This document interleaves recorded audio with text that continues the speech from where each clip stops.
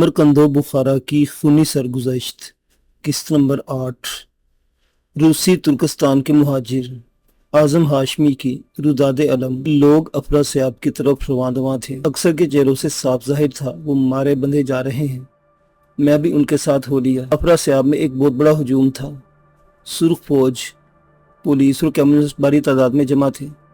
लोग बराबर आ रहे थे और मजमा बढ़ता जा रहा था। निस्फ घंटे के अंदर अंदर इनकी तादाद हजारों तक जा पहुंची। जलसे का आगाज एक कम्युनिस्ट की तकरीर से हुआ। तकरीर क्या थी? दीनों ईमान के खिलाफ हुई खराफात और यावागोई जो कम्युनिस्ट का तुर्रा इम्तियाज बन चुकी थी। फिर 3 पुतले लाए गए। उनमें एक पुतला तकरीबन उरिया था, बस एक लंगोटी सी बंधी हुई थी। जब इस पुतले को स्टेज पर लाया गया तो कम्युनिस्टों ने इस पर बेतहाशा फूल बरसाए। फिर इसे एक बुलंद मुकाम पर रख दिया गया। दूसरे दोनों पुतलों को आग लगा दी गई। अब एक मुकर्रर उठा और मजमा से रूसी में खिताब किया। जिन पुतलों को नजर आतिश कर दिया गया उनके मुतल्लिक उसने कहा, ये दोनों हिंदुस्तान में अंग्रेजी साम्राज्य के एजेंट हैं। हिंदुस्तान की तहरीक आज़ादी को कुचलने के लिए बरतानवी साम्राज्य का सियासी ब्यूरो अपने इन गुमाश्तों से काम लेता है। ये दोनों मुसलमान कौम से ताल्लुक रखते हैं जो अंग्रेज की जासूस है। इन्हें अली बिरादरान कहा जाता है। फिर नंग धड़ंग पुतले का तारुफ इन अल्फाज में कराया, ये हिंदुस्तान की शम्मे आज़ादी का परवाना है। इनका दावा है हिंदुस्तान में सिर्फ एक कौम बसती है और वो हिंदू है। अंग्रेजों से आज़ादी हासिल करना इनका मकसद ज़िंदगी है। इनको महात्मा गांधी कहा जाता है। ये ब्रहनतन इसलिए रहते हैं कि इनकी कौम गुलाम है। इनका कहना है जब तक मेरी कौम भूखी नंगी और अंग्रेज़ों की गुलाम है मैं भी भूखा और नंगा रहूंगा। ये बरतानवी साम्राज्यों और इनके एजेंटों और जासूसों के जो मुसलमान जमींदार, जागीरदार और सरमायादार हैं सख्त दुश्मन हैं। चूँकि लोग कम्युनिस्टों की दरोग गोई और खराफात के आदी हो चुके थे इसलिए उन्होंने किसी रद्दमल का इजहार न किया। जलसा साम्राज्य एजेंटों को कोसने वाले नारों की गूंज में खत्म हुआ। कोई 1.25 साल बाद जब मैं अफगानिस्तान से होता हुआ लाहौर पहुंचा तो शायर मशरिक अल्लामा इकबाल की खिदमत में हाजिर हुआ। इन्हें यह सारा वाक़या फारसी में बताया। अल्लामा इकबाल ने मौलाना जफर अली खान, सैयद हबीब, मुदीर सियासत और एक मौलाना को जिनका नाम इस वक्त भूल रहा हूँ बुलवाया और मुझसे फरमाया इन्हें वो किस्सा फिर सुनाओ। अफरासियाब से मैं अपने डेरे में पहुंचा। खरकार सरदार को कारी गफूर, जान की मजलूमियत और दामिला बुखारी के गायब कर दिए जाने का किस्सा सुनाया। सरदार चुपचाप मेरी बातें सुनता रहा। 2 रोज बाद हम शहर सब्ज की तरफ रवाना हुए। रास्ते में खरकार सरदार से पूछा, चाचा मियाँ ये कम्युनिस्ट और सोशलिस्ट कौन लोग और क्या है? अरे बुद्धू लड़के, तुम फरगाना के रहने वाले हो, उन लोगों की औलाद हो जिन्होंने तारीख बनाई, जिन्हें अनवर पाशा ने भी खराज तहसीन अदा किया और जो 10 साल से अपने दीनों वतन के लिए जंग लड़ रहे हैं। तुम इतना भी नहीं जानते कि कौन लोग हैं। कम्युनिस्ट खुदा के मुनकर हैं और खुदा पर यकीन और ईमान रखने वालों को सफ़ा हस्ती से मिटा देना चाहते हैं। और सोशलिस्ट वो है जो जर ज़मीन और जन में सब लोगों को शरीक करने का अलमबरदार हो। कुछ समझे? सरदार ने जवाब दिया, मगर चचा मियाँ आप लोग तो पहाड़ों और जंगलों के रहने वाले हो, ये सारी बातें कैसे मालूम हुई? मैंने एक और सवाल किया। सरदार ने मुझे अजीब सी नजरों से घूरा और जवाब देने की बजाय चुप सा हो गया। शायद मेरे सवाल ने इसे शक में डाल दिया था। वो मुझे कम्युनिस्ट समझ रहा था। जी में अपनी हिमाकत पर सख्त परेशान हुआ। अगर ये सरकार मुझे आसमान से बातें करते हुए इन पहाड़ों में किसी पत्थर के नीचे दबा दे तो? इसी सोच में गलता पेचा आधा घंटा गुजर गया। सरदार तो ऐसा चुप हुआ कि फिर इसने कोई बात ही ना की। मैं दिल में सोचता कैसा वक्त आ गया है। हर शख्स दूसरे से खौफजदा है और एक दूसरे को मुश्तबे समझता है। अब पहाड़ी सफर तय हो चुका था। सामने चश्मा था, सूरज डूब रहा था। चश्मे के करीब पहुंचकर रुक गए। गधों को पानी पिलाया, मशकीज़े भरे, फिर वजू किया और नमाज मगरिब के लिए खड़े हुए। सरदार नहायत खुशलहान था। क़िरात जो की तो यूँ महसूस हुआ जैसे ज़मीन, आसमान, पहाड़, सब्ज़ा और चश्मे का बहता हुआ पानी सब वजह में आ गए हैं। नमाज के बाद खाना खाया, इशा की नमाज पढ़ी और काफिला मंजिल की तरफ चल पड़ा। दूसरे रोज हम शहर सब्ज के मुजाफाती इलाके में पहुंच गए। अब काफिले से अलहदा होने का वक्त आ गया था। चुनांचे मैंने रईस काफिला को अलविदा कही और सरे आसिया के रास्ते शहर सब्ज की तरफ रवाना हो गया। सरे आसिया पहुंचा तो सूरज गुरूब हो रहा था। पहले अपने नाना शेख गयासुद्दीन ईशान के मज़ार पर पहुंचा। शेख का मज़ार शहर से कुछ बाहर फासले पर तकरीबन निस्फ एकड़ रकबे में फैले हुए अहाते के अंदर था। कब्र कच्ची थी। मगरिब की जानिब 3 अतराफ से खुला स्तूनों पर कायम एक बहुत बड़ा हाल था जिसमें बेक वक्त 1,500 से 2,000 आदमी बैठ सकते थे। रात इसी जगह तिलावत कुरान और दुआ इस्तग़फ़ार में गुजारी। सहर के वक्त रवाना हुआ और नमाज फजर शहर की मस्जिद में पढ़ी। सरे आसिया में मामू हजरत के बाग थे जिनसे 20 किस्म के अंगूरों की बेलें, अनार, इंजीर, अखरूट बादाम, आड़ू और सेब वगैरह के दरख्त थे। एक बाग में इस ख्याल से फरोकश हो गया कि कोई शनासा मिले तो इससे शहर के हालात मालूम करके मामू हजरत की खिदमत में हाजिर दूँ। दोपहर के वक्त मामू हजरत का एक खादिम आया, बड़े इत्तेफाक से मिला मगर कुछ बदहवासा था। खैर बाशिद, मैंने पूछा, परेशान नजर आते हो। खादिम ने इधर उधर नजर दौड़ाई जैसे जायजा ले रहा हो कि कोई सुन तो नहीं रहा, फिर कहने लगा, सुर्ख फौज के एक दस्ते ने कल रात 2 बजे से खोकंदी हजरत के किले का मुहासरा कर रखा है और खोकंदी हजरत नजरबंद कर दिए गए हैं। 38 दिन के बाद ये दूसरी बार मुहासरा किया गया है। अज़्ज़ाम खान कैसे हैं? मैंने पूछा। खैरियत से हैं, इसने जवाब दिया। इन्हें मेरी आमद की इत्तला दी जा सकती है? मैंने दूसरा सवाल किया। मौका मिल सका तो जरूर इत्तला कर दूंगा, खादिम ने कहा और रुखसत हो गया। खादिम असर के वक्त रुखसत हुआ। शाम हुई, रात गुजरी, अगला दिन भी गुजर गया। इंतजार की घड़ियां तवील तर होती चली गई। खुदा खुदा करके रात के 1 बजे अज़्ज़ाम खान आन पहुंचे। इनके साथ तमीर बेग भी थे। देर तक बातें होती रही। मैंने अपनी सियाहत की दास्तान मुफस्सल बयान की।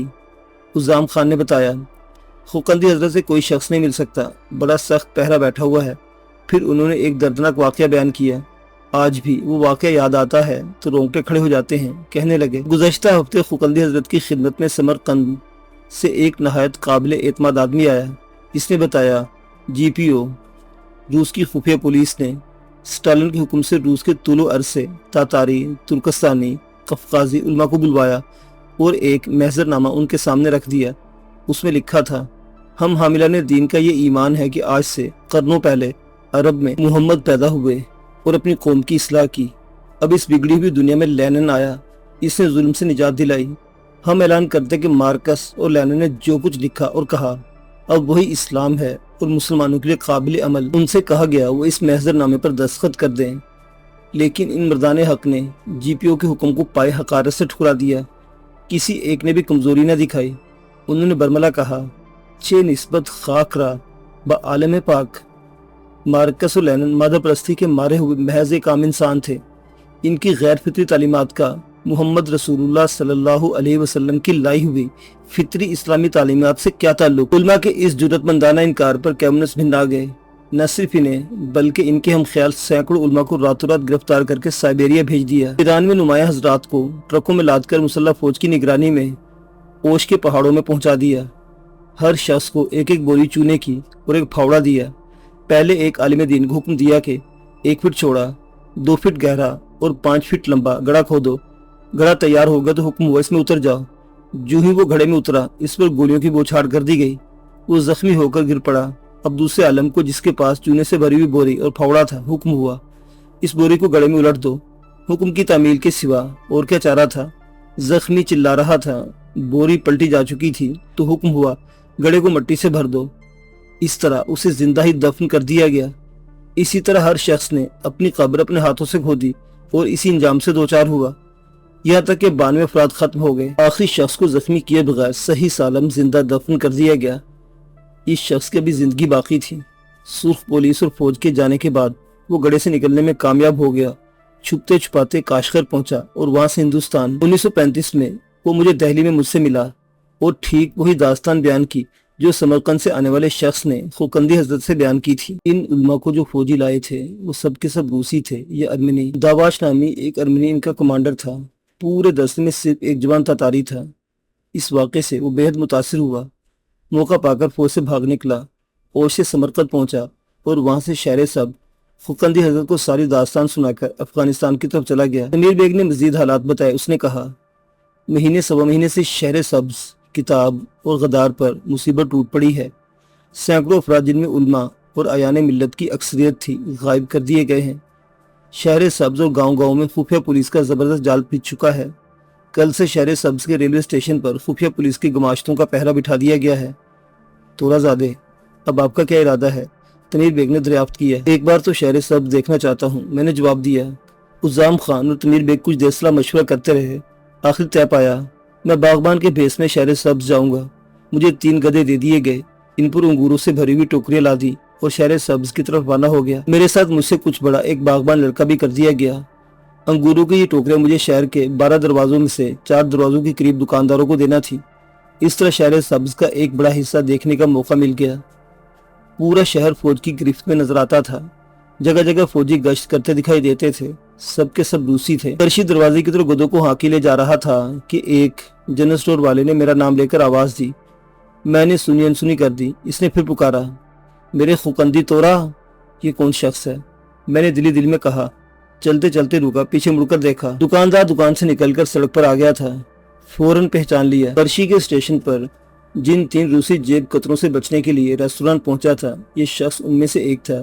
گرم جوشی سے ملا، کہنے لگا، گدوں کو چھوڑ کر میرے پاس ضرور آنا۔ میں نے حامی بھر لی۔ 4 بجے کے قریب پہنچا تو دکاندار انتظار کر رہا تھا۔ پتہ چلا وہ اس سٹور کا انچارج ہے اور آڈیٹر بھی۔ دوسرے کارکن یہودی تھے۔ اس نے گزشتہ 3-4 ماہ کے حالات بتائے۔ کرشی کے بعد وہ تینوں کہاں کہاں گئے اور پھر وہ شہر سبز کیسے آ گئے۔ کہنے لگا، اب کہاں جانے کا ارادہ ہے؟ کرکی دیکھنے کا خیال ہے اور وہاں سے افغانستان چلے جاؤ گے؟ ہاں، اگر بالکل ہی مجبور کر دیا گیا تو؟ اس وقت کہاں جاؤ گے؟ تمیر بیگ کے پاس یا ماموں حضرت کے قلعے میں؟ نہیں، قلعے میں مت جانا۔ ہاں، تمیر بیگ کا چبارہ خالی ہے تو وہاں ٹھہرنا، ورنہ سرے آسے چلے جانا۔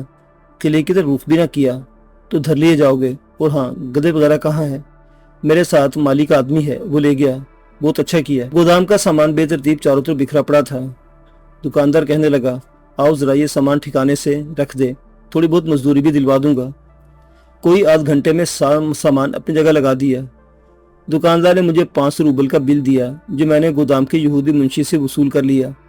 بل دیتے وقت دکاندار نے کہا، کل بھی آنا، کوئی کام نکل ہی آئے گا۔ روبل وصول کرتے وقت میں نے دستخط لاطینی رسم الخط میں کیے۔ یہودی خزانچی بڑے غور سے میرے دستخط کا جائزہ لیتا رہا۔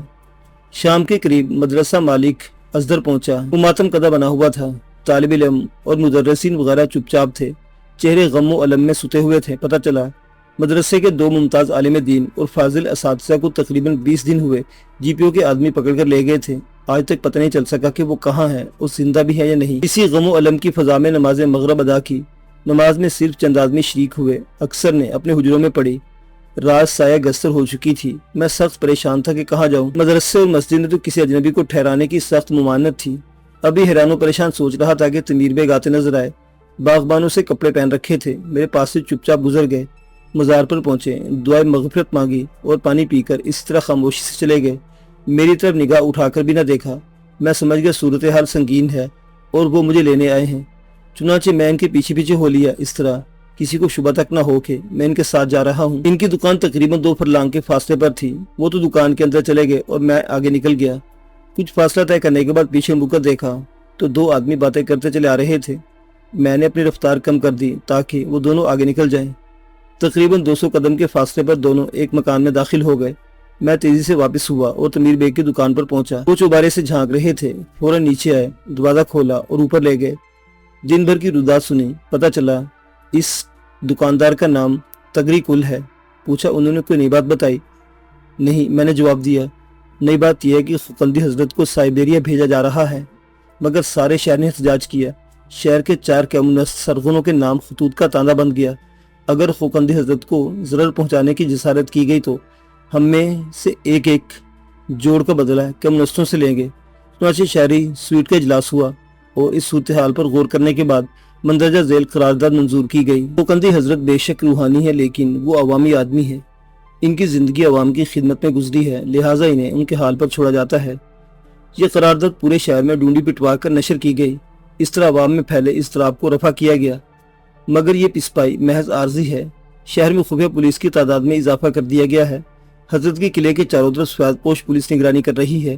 رات کو مزید سرخ فوج بھی پہنچ گئی اور ایک دستہ قلعے کے اندر متعین کر دیا گیا ہے۔ رات کے 11 بجے تنگری کل آیا، کہنے لگا، تم نے مزدوری وصول کرتے وقت لاطینی میں دستخط کیوں کیے تھے؟ آئندہ ایسا مت کرنا۔